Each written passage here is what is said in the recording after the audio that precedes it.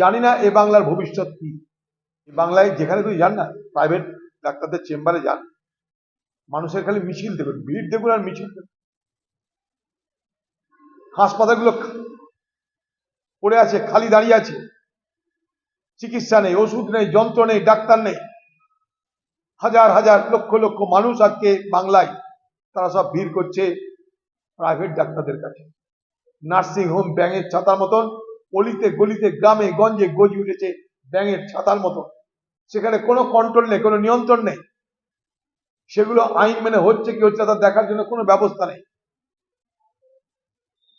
এক ভয়ঙ্কর দুর্নীতি চলছে এই বাংলার প্রত্যেকটা দপ্তরে। রন্ধে রন্ধে আজ পশ্চিমবঙ্গের মুখ্যমন্ত্রী তৃণমূল দল কিছু পারুক আর না পারুক, আজকে বাংলার রন্ধে রন্ধে তারা দুর্নীতিকে প্রবেশ করে দিয়েছে।